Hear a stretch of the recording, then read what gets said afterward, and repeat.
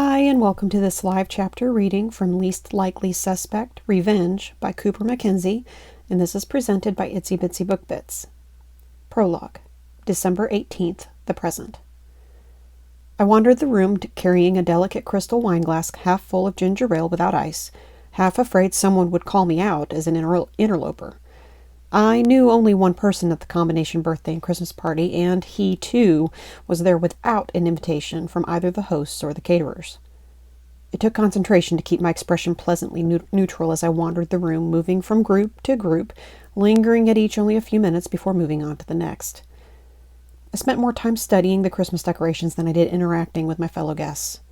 The Christmas decorations were so overdone it looked like Techno-Santa had moved in for the season. 7 twinkling 10-foot-tall artificial gold Christmas trees with a rainbow of glass ornaments and ropes of red and green blinking lights filled the large first-floor living room. The trees glittered nearly as brightly as the female party guests in their sequin-covered designer dresses and silver and gold and diamond jewelry. The men in their black designer-labeled tuxedos provided a sedate balance to the overblown feminine sparkles. Moving to a quiet corner, I eased my way into a small alcove between the largest of the Christmas trees and the wall. I used the wall for balance as I kicked off my right shoe. Closing my eyes, I fought down a moan as I massaged my sore tootsies. I clenched my teeth as I put the right shoe back on and took off the left, repeating the massage. Once my shoes were back in place, I pulled my smartphone from the hidden pocket in my skirt and checked the time. 8:28. 17 minutes until Micah would make contact. It took a few seconds to regain my balance and deal with the pain of wearing the unfamiliar 4-inch stiletto heels. I normally wore walking shoes and clogs. Taking a deep breath, I forced my facial muscles back into an expression both pleasant yet aloof. Once I felt I'd mastered that, I stepped out from behind the tree and rejoined the party. As I moved around the room for the third time, I smiled and returned greetings appropriate for the evening and the holiday season.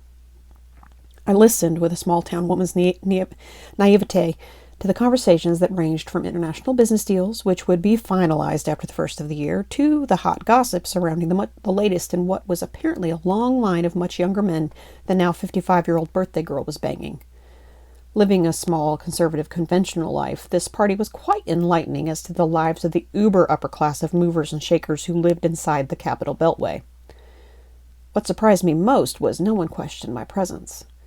I had been certain a woman no one knew, wearing a plain black no-designer-labeled dress and shoes bought off the rack at the Potomac Mills Outlet Mall that afternoon, would be questioned. Micah had assured me these people were too self-involved to ask about yet another stranger in a room full of strangers. Nevertheless, I had doubted him. Needing to cover my ass in case I was questioned, we had worked up a story that would put off even the most determined gossip.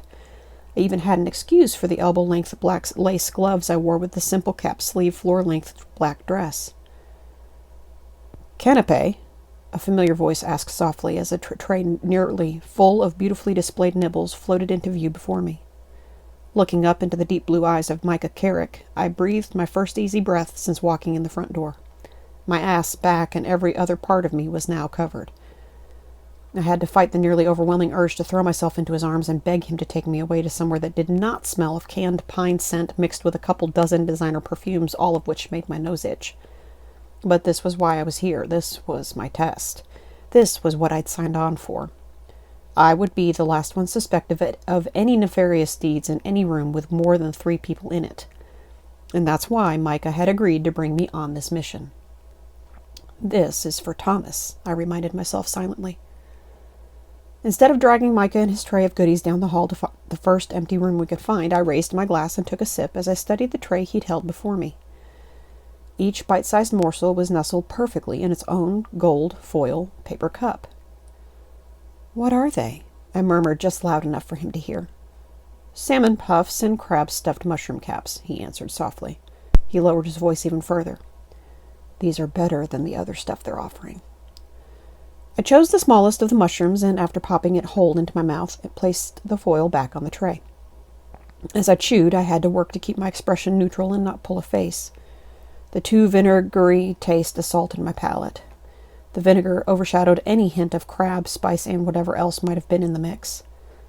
Compared to these people, I was a country bumpkin, but back home in North Carolina, this kind of appetizer would be served straight from the oven without anything but crab meat, Italian seasoned breadcrumbs, and Parmesan cheese in the stuffing. I forced myself to finish chewing before I swallowed, draining my drink to get it down. Barely. "Different," I remarked wryly with a smirk. Micah smiled in understanding as our eyes met. So much assurance conveyed in his gaze, which lasted only a few seconds before he murmured, "Upstairs to the right, first door is the bathroom, top shelf of the linen closet. I'll be there in 10. I nodded as he moved away. Searching for an open powder room and curiosity about the rest of the house's Christmas decorations was the story I would use should anyone stop me. I worked my way out of the living room to the entry hall and up the stairs, admiring pictures and decorations as I went. I began to take slow, deep breaths as nerves began to knot my gut up. Maybe eating the mushroom cap had been a mistake. The next half hour would be stressful enough without the possibility of getting sick from a hoity-toity crappy crab stuffing that should have been trashed after the chef had been forced to eat 3 or 4 himself. At the top of the staircase, I turned right and found the bathroom. It was hard to miss. It was the only room with an open door, and the overhead light shone bright. Stepping through the doorway, I quickly closed the door and twisted the lock.